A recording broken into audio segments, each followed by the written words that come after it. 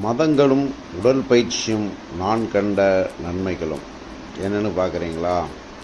இந்த இயற்கை சீன் வேணுங்கிறதுக்காக சென்னையில் போகும்போது ஒவ்வொரு இடங்களையும் அப்படியே என் செல்ஃபோனை கையில் எடுத்து ஷூட் பண்ணி போட்டு நேச்சுரலாக போட்டு என்னுடைய அனுபவங்களை பேசிக்கிட்டு வரேன். நல்லா இருந்தால் கேளுங்க, 4 பேருக்கு ஷேர் பண்ணுங்கள், உங்களுடைய கமெண்டுகளும் கருத்துக்களையும் சொல்லுங்கள். நன்றி, வணக்கம். நான் ஒரு சோபா பெட்டு ரிப்பேரிங் தொழில் பண்ணுறவன். போகிற இடங்களில் பல மனிதர்களை பார்க்குறேன். நான் ஒரு 15 வருடங்களாக உடற்பயிற்சியும் பண்ணுறேன். அதனால் கடவுள் கிருபையால் கொஞ்சம் ஆரோக்கியமாக இருக்கிற மாதிரி நினப்பு, பெருமை பாராட்டலை. என்னுடைய நண்பர்களை பார்ப்பேன். என்னுடைய 59 வயதில் என்ன கூட நல்ல வசதியாகவும் படித்தவங்களாகவும் இருப்பாங்க. பல வியாதிகளுக்கு அடிப்படையாகவும் இருப்பாங்க. அதை பற்றி மதங்களும் உடற்பயிற்சியும் நான் கண்ட நன்மைகளும் அதை பற்றி பேசுகிறேங்க. உடற்பயிற்சி எப்படி நான் கற்றுக்கிட்டேன் அப்படின்னா, நான் சோபா அடிக்க போகிற இடங்களில் பெரியவங்க இருப்பாங்கன்னா அதில் யோகா மாஸ்டர்ஸுங்க இருப்பாங்க. அவங்கள்ட்ட என்னென்ன நன்மைகள் இருக்குன்னு கற்றுக்கிடுவேன். அது சம்மந்தப்பட்ட புக்கு படிப்பேன். இப்படியே படித்து ஒரு 15 வருஷமாக பண்ணுறதுனால சில வேதிகளை நான் கண்ட்ரோலாக வச்சுருக்க மாதிரி இயற்கை. பொதுவாக எனக்கு கழுத்தில் காலர் போடுற அளவுக்கு கழுத்து வலியும் வந்திருக்கு, முட்டி வலியும் வந்திருக்கு, வயிறு பிரச்சனையும் வந்திருக்கு. இது எல்லாமே ஆலோசனை கேட்டு உணவு கட்டுப்பாட்டினாலையும் உடற்பயிற்சினாலையும் ஓரளவு கண்ட்ரோல் பண்ணிக்கிட்டேன். இதை கண்ட்ரோல் பண்ண முடியாத என் நண்பர்களையும் பார்ப்பேன். ஒரு நண்பரை பார்த்து பேசிகிட்டு இருக்கும்போது, எனக்கு நல்ல வசதி இருக்குது, ஆனால் என்னால் தரையில் உட்காந்து சாப்பிட முடியல, நீ நல்லா அழகாக உட்காந்து எந்திரிக்கும்போது சொல்லும்போது எனக்கு ஒரு சந்தோஷம். இன்னொரு நண்பரை பார்த்தேன், அவர் நல்ல வசதி, ஆனால் அவருக்கு ஏகப்பட்ட பிரச்சனைகள் உடல் ரீதியாக. அவரை பார்க்கும்போது கடவுள் நம்மளுக்கு நன்மை செய்திருக்காருன்னு ஒரு சந்தோஷம். இன்னொரு பிரதர் பார்த்தா நல்லா ஃபுட் மார்க்கெட்டிங் படித்தவர், அவருக்கும் சில பிரச்சனைகள். அப்போ இப்படியெல்லாம் பிரச்சனை இருக்கும்போது மதங்களும் உடற்பயிற்சியும் நான் கண்ட நன்மைகளும். பைபிளில் ஒரு இடத்துல சொல்லுது, மரத்தை பேய்க்கிறவன் மரத்தால் காயப்படுவான், கல்லை பேய்க்கிறவன் கல்லால் காயப்படுவான் அப்படின்னு சொல்லப்படுது. ஆமாங்க, எல்லா மதத்திலுமே நல்லதை சொல்லி கொடுக்குறாங்க. ஆனால் நம்ம நல்லதை செய்கிறோமா? இப்போ எனக்கு தெரிஞ்ச ஒரு நண்பர், நல்ல தொழில் வசதி, அவருக்கு சரியான தூக்கம் கிடையாது, சரியான சாப்பாடு கிடையாது, ஓடிக்கிட்டே இருந்தார், பெரிய பிஸ்னஸ்ஸு. அப்போ ஒரு முறை சொல்கிறாரு, நான் இங்கேருந்து அந்த பெரிய கோயிலுக்கு போனேன், பயங்கர கூட்டம், அதில் ஸ்பெஷல் தரிசனத்தில் போனேன், அங்கே சாமிக்கு முன்னாடி நிற்கிற குருக்களுக்கு கையில் கொஞ்சம் காசை கொடுத்தேன், என்னை கூட கொஞ்சம் நேரம் அங்கனே நிப்பாட்டி சாமி தரிசனம் பண்ண வச்சார் அப்படின்னு சொன்னார். ஆனால் அதே மனுஷன் அவங்கக்கிட்ட வேலை செய்கிறவங்க ஒரு 500 ரூபா அட்வான்ஸு கேட்டாங்கன்னா, அதை ஆடிட்டரை பாரு, இங்கே பாரு, அங்கே பாரு அப்படின்னு சொல்லி, அவங்க உண்மையாக கேட்டாங்களா பொய்யா கேட்டாங்களா அது அப்பாற்பட்ட பிரச்சனை. அந்த இடங்களில் அவர் அக்கௌண்ட்டில் எழுதி தான் கொடுக்க போகிறார். அது ஒரு சந்தோஷமாக கொடுக்குற சூழ்நிலை இல்லை. ஸோ அந்த சாப்டரில் வேண்டாம்.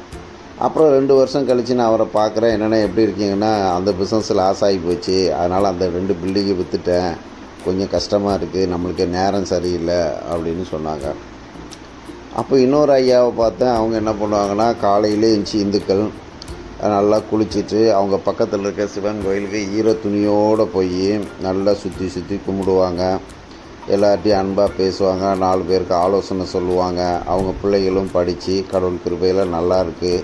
அவங்கள பார்த்தா, ஐயா என் பிள்ளை இந்த பிள்ளை படிச்சுக்கிட்டு இருந்துச்சு, இந்த வேலையில் இருக்குது, இந்த பிள்ளை படிச்சுக்கிட்டு இருந்து இந்த வேலையில் இருக்குது, பகவான் புண்ணியத்தில் நல்லா இருக்கேங்கிறாங்க. இவங்களை கேட்டால் என்றைக்காவது ஃபேமிலி டூரியாக பெரிய கோயில்களுக்கு போவாங்க. அங்கே ஒரு வாரம் தங்கி நல்லா சுற்றி கித்தி பார்த்து ஒரு ஃபாரின் டூர் மாதிரி பார்த்துட்டு சாமியை கும்பிட்டுட்டு வருவாங்க. எந்த குருக்களுக்கோ யாருக்கோ காசை கொடுத்தேன், அதை கொடுத்தேன், இதை கொடுத்தேன்ட்டு இல்லை.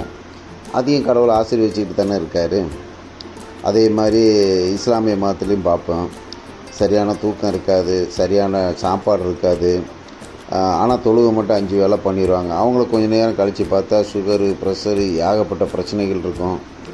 அப்புறம் கல்யாணம் என்ன ஆச்சுன்னா, என் பிள்ளைக்கு கல்யாணமே ஆகலைம்பாங்க. ஏன்னு கேட்டால், நாங்கள் இந்த முஸ்லீமு, எங்களுக்கு இந்த முஸ்லீமில் சரியாக பொண்ணு கிடைக்கல, அப்புறம் வரதட்சணை கிடைக்கல அப்படிங்கிற இது இருக்குது. அப்போ உலக மார்க்கமான மதத்துக்கும் அதுக்கும் சம்மந்தம் இல்லாத ஒரு வாழ்க்கையை முஸ்லீம்ஸும் வாழ்ந்துக்கிட்டு இருக்காங்க. அதையும் ஒரு சில குடும்பத்தில் பார்த்துட்ருக்கோம். அப்படியே கிறிஸ்டின் எடுத்துக்கிட்டாலும், நாங்கள் இந்த கிறிஸ்டின்னு, எங்களுக்கு பையனுக்கு பொண்ணுக்கு மாப்பிள்ளை கிடைக்கல, நாங்கள் அப்படி தேடிக்கிட்டு இருக்கோம், எங்களுக்கு அந்த வேதி இருக்குது, இந்த வேதி இருக்குதுன்னு சொல்லிக்கிட்டு தான் இருக்காங்க. ஆக மொத்தம் இந்தியாவில் பிறந்தோம்னா நம்மளுக்கு ஒரு பெரிய பெனிஃபிட்னா இங்கே மத சண்டைகள் ரொம்ப கம்மியாக இருக்கிறது மாதிரி எனக்கு ஒரு ஃபீலிங். ஏன்னா பக்கத்து வீட்டில் முஸ்லீம் இருந்தாலும் இந்த பக்கம் கிறிஸ்டின் இருந்தாலும் ஒருத்தருக்கு ஒருத்தர் அன்பாக இருந்தால் அவங்களுக்கு அவங்க பாதுகாப்பாக இருக்காங்க. மதம் ஒரு பிரச்சனையே இல்லை. இப்போ இந்த உடற்பயிற்சியை பற்றி சொல்ல போனோம்னா, நானும் உடற்பயிற்சியை கற்றுக்கிட்டதுக்கு பிறகு 8 மணி நேரம் தூங்குகிறேன், டைமிங் சாப்பிட்றேன், சொன்னவங்களுக்கு வார்த்தையை காப்பாற்றுறேன், போதுங்கிற மனசோடு இருக்கிறதுனால நல்லா இருக்குது. அப்போ இந்த மனங்கள் வராமல் இருக்கிற வரைக்கும் எந்த மதத்தில் இருந்தாலும் ஒரு பெரிய நன்மையை கண்டுபிடிக்க முடியுமாங்கிறது கஷ்டம்தான். இப்போ நான் பல பேர்கிட்ட பேசும்போது உடற்பயிற்சி பண்ணுறீங்களான்னு கேட்டால், உடற்பயிற்சியை ஒன்றும் அதிகமாக பண்ணி அதனால் வியாதி வந்துடும். நீங்களே கேள்விப்பட்டல, ஜிம்மில் போய் அதிக நேரம் பண்ணோம் நரம்பு வெடித்து செத்துது, யோகா பண்ணிக்கிட்டு இருக்கும்போதே செத்துது, இப்படி நம்ம எவ்வளோ கேள்விப்பட்டுக்கிட்டு இருக்கோம். அப்போ இது எல்லாமே போதுங்கிற மனசோடு இருக்கணும். டைமிங் சாப்பிடணும், டைமிங் தூங்கணும், நல்லா உடற்பயிற்சி பண்ணால் நல்லா இருக்கலாம். இப்போ ஒரு டாக்டர் எடுத்துக்காங்க, அவங்களே சில டைமிங்கில் பேஷண்ட் அதிகமாக வந்துட்டாங்கன்னா சரியான உடற்பயிற்சி இல்லாமல் வியாதியில் மாட்டிக்கிட்டுறாங்க.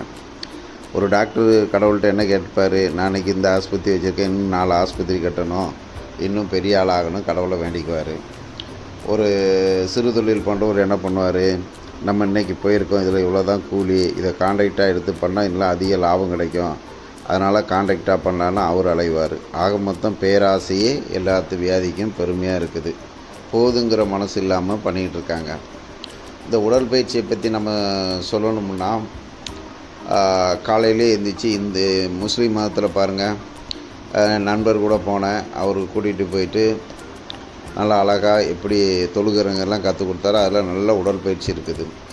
இந்து மதத்தில் போனாலும் கோயிலை சுற்றி சுற்றி கும்பிட்றதுனால உடற்பயிற்சி இருக்குது. கிறிஸ்தவ மதத்தில் எடுத்தாலும் இந்த பெந்தேகோஸ்து மதத்தில் பரிசுத்தாவியில் நிரம்பி அப்படியே துதிக்கி நல்லா பலபாஷை பேசி ஆவியோடு துதிக்கும்போது அதில் நல்லா உடற்பயிற்சி இருக்குது. அப்போ உடற்பயிற்சி எல்லா மதங்கள்லையும் இருக்குது. எல்லா மதத்துலேயும் நல்லது சொல்லி தருது, நல்லதை செய்யுது. ஆனால் நம்ம நல்லதையே சிந்திக்காமல், நல்லதையே யோசனை பண்ணாமல் உடற்பயிற்சினாலேயோ மாத்திரையினாலேயோ நம்ம உடம்பை ஆரோக்கியமாக வச்சுக்க முடியுமான்னு கேட்டால் அது ஒரு கேள்விக்குறியாக தான் இருக்குது.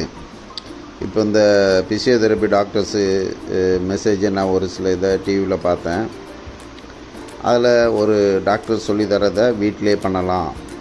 ஆமாங்க, நானும் வீட்டில் 15 வருஷமாக பண்ணிகிட்ருக்கேன். அதில் ஒவ்வொரு எக்ஸசைஸுக்கு முன்னக்கூட்டியும் கொஞ்சம் ஹார்ட் பீட்டுக்கு ரெஸ்ட்டு கொடுக்கணும். ஒவ்வொருத்தங்க சொல்கிற மெத்தடு சின்ன சின்ன வித்தியாசம் இருக்கும், ஆனால் மெத்தடு ஒன்றா தான் இருக்குது. அப்போது நம்ம சாப்பிட்ட சாப்பாடு நம்ம உடம்புல சத்தாக மாறி அது எல்லா இடத்துக்கு போகணுமுன்னா அந்த உடற்பயிற்சி ஒரு இம்பார்ட்டண்ட்டாக இருக்குது. அதை ஏன் மனிதர்கள் செய்ய மாட்டேங்கிறாங்க அப்படின்னா, அது ஒரு சாபக்கேடாக கூட இருக்கலாம். இப்போ ஏழைப்பட்ட ஜனங்களுக்கு ஒரு வீட்டில் 3 பேர் வேலை செய்வாங்க. அந்த 3 பேரும் சம்பாதிப்பாங்க. அந்த 3 பேரும் அந்த சம்பாத்தியத்துக்குள்ளே சத்தான உணவை சாப்பிட்றாங்களான்னு கேட்டால் இருக்காது. அது இல்லாமல் ஆடம்பரமாக செலவு பண்ணுவாங்க, பந்தாவுக்கு செலவு பண்ணுவாங்க, டூரு போவாங்க, அப்படி இப்படின்னு தனக்கு நஷ்டம் உண்டாக்குற தொழிலை பண்ணுவாங்களே தவிர லாபமான தொழிலை செய்யாதனால அவங்க ஏழையாகவே இருப்பாங்க. அதே மாதிரி பணக்காரங்களை எடுத்துக்கிட்டாலும் ஓரளவு பணம் வந்துட்டு அது போதுன்னு இருக்க மாட்டாங்க. எதில் எவ்வளோ கஞ்சத்தனம் பண்ணணும், யாரை எப்படி ஏமாற்றணும், இன்னும் பணத்தை சேர்க்கணும்னு போயிட்டு கடைசியில் பெரிய பெரிய டாக்டர்கிட்ட போய் பெரிய பெரிய அமௌண்ட்டை எழுதிட்டு கடங்காரங்களாகிடுறாங்க. அப்போ எல்லாத்துக்குமே போதுங்கிற மனசு வேணும். ஒரு இன்டர்நேஷ்னல் ட்ரெயினர்கிட்ட நான் பேசிக்கிட்டு இருந்தேன். ஐயா, நீங்கள் என்னென்ன கற்றுக் கொடுக்குறீங்கன்னு கேட்டேன். அவங்க சொன்னாங்க, நாங்கள் உடற்பயிற்சி கற்றுக் கொடுப்போம், உணவு கட்டுப்பாடு கற்றுக் கொடுப்போம். ஃபெய்த்தை பற்றி உங்களுக்கு ஏதாவது தெரியுமான்னு கேட்டேன். ஃபெய்த்துனா என்னன்னு கேட்டாங்க. ஃபெய்த்துனா என்னென்னு தெரியாமல் தான் நம்ம எல்லாருமே சண்டையை போட்டுட்ருக்காங்க. நல்லா ஒரு மனுஷன் வேதத்தை அறிஞ்சிக்கிட்டானா அவன் கடவுளுக்கு பயந்து நடப்பான். ஒரு சின்ன தப்பை பண்ணுற கூட பயப்படுவான். கடவுளாக கிருகை தைக்கனா ஆசீர்வதிப்பார். ஆனால் அந்த பண ஆசை வந்துட்டால் மத குருமாராக இருந்தாலும் தப்பு பண்ண தயாராகிடுவாங்க. அதை நம்ம உலக மார்க்கமாகவே பார்த்துக்கிட்டே இருக்கிறோம், நடந்துக்கிட்டு தான் இருக்குது. அப்போ உடற்பயிற்சியை தர்றதே கடவுள் தான். அப்போது ஒரு கிறிஸ்தவ மதம் இருந்தாலும் அதை அந்த டைமிங் ஜெபம் பண்ணி கடவுளுக்கு பயந்து நீதியாக நடக்கும்போது அதுலேயும் உடற்பயிற்சி வந்துடுது. சூரியன் உதித்து அது மறைகிறதுக்குள்ளே உன் வேலையை முடிச்சுக்கொள்ளு அப்படிங்குது. அதே மாதிரி நம்ம சூரியன் உதித்ததுலேருந்து நம்ம தொழிலுக்கு ஆரம்பித்து அதை முடிச்சுக்கிட்டோம்னா நம்மளுக்கு எந்த பிரச்சனையும் இல்லை. அதுக்கு மாறாக நைட் அண்ட் டே வேலை செய்கிறது, இன்னும் எக்ஸட்ரா. சரி, வேலை செய்கிறவங்களுக்கு தான் பிரச்சனை வருது, வீட்டில் இருக்கவங்களுக்கு பிரச்சனை வரலையா? அதை காமெடியாகவும் சொல்கிறாங்க. தின்னுக்கிட்டே இருந்ததுனாலும் வியாதி, திங்காமல் இருந்ததுனாலும் வியாதி, தூங்கிக்கிட்டே இருந்ததுனாலும் வியாதி, தூங்காமல் இருந்தாலும் வியாதி. அப்போ வியாதி வர்றதுக்கு என்னென்ன காரணங்கள் இருக்குன்னா, எதுவுமே அதிகமாக போகும்போது வியாதியாகிடுது. அளவுக்கு மிஞ்சினால் அமிர்தமும் நஞ்சாக போயிடும். பணம் அதிகமாக வந்துட்டதுனால எல்லாத்துக்கும் வேலை வாய்ப்பை வச்சுக்கிட்டு இயற்கையாக இல்லாத உலகத்தில் இப்போ வெயிலில் நிற்கினா உடம்புக்கு நல்லதுன்னு டாக்டர் சொல்கிறாங்க. சில ஃப்ளாட்டுகளில் இருக்கிறாங்க 15 மாடி 20 மாடி 5 மாடின்னுக்கிட்டு. அந்த 5 மாடியில் இருக்க லேடிஸுங்க பெரும்பாலும் சூரிய ஒளி அவங்க உடம்புல படுறதுக்கு ரொம்ப ரேரு. நானும் பல வீடுகளுக்கு போயிட்டுருக்கிறேன். ஏன்னா காலையில் எந்திக்கிறதே 10-11 மணிக்கு எந்திப்பாங்க.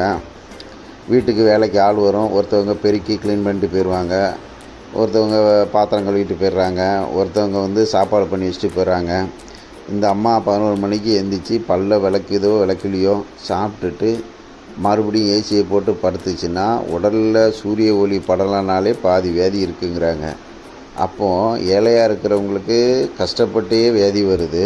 பணக்காரங்க எல்லாத்துக்கும் வேலையால் வீட்டில் வச்சுட்டு அவங்க சோம்பேறித்தனமாக இருக்கிறதுனால குறிப்பிட்ட வயதுக்கு மேலே அவங்களுக்கும் வியாதி வருது. ஒரு அம்மா வீட்டுக்கு போனால் பயங்கர வசதி, 25 லிட்டரு வாட்டர் கேனை கூட தூக்க முடியல. வயசு பார்த்திங்கன்னா 35 கூட இல்லை. இன்னொரு பொண்ணை பார்த்தேன், நல்ல ஃபோர்ஸு கேளு, 2 தண்ணி குடம் இருக்குது. அதை தூக்குறவங்க அப்பா தூக்கி எடுத்துகிட்டு உள்ளே போகிறாரு. அந்த பொண்ணு நின்றுக்கிட்டே இருக்குது. என்னம்மா 18 வயசு பிள்ளையாக இருக்கிற அந்த கேனை தூக்குன்னா, ஐயோ என் பொண்ணு கஷ்டப்படக்கூடாதான். அப்போ வாழ்க்கைங்கிற போராட்டம் வரும்போது இந்த பிள்ளைங்கள்லாம் எப்படி கஷ்டப்படும், எப்படி நிற்கும்? அப்போ உடற்பயிற்சியே ஒரு கஷ்டமான தொழில் தான்.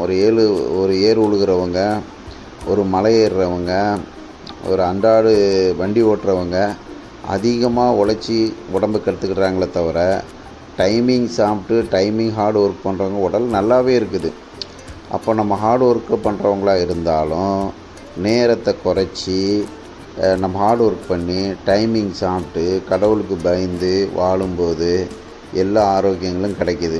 அது எல்லாரும் அப்படியே இருந்துட்டா அப்புறம் டாக்டர் எப்படி பிழைக்கிறது, போலீஸ் ஸ்டேஷன் எப்படி வாழ்கிறது, மிக்க காரியங்கள்லாம் எப்படி நடக்கிறது, மெடிசன் எப்படி ஓடுறது, மெடிக்கல் எப்படி ஓடுறது?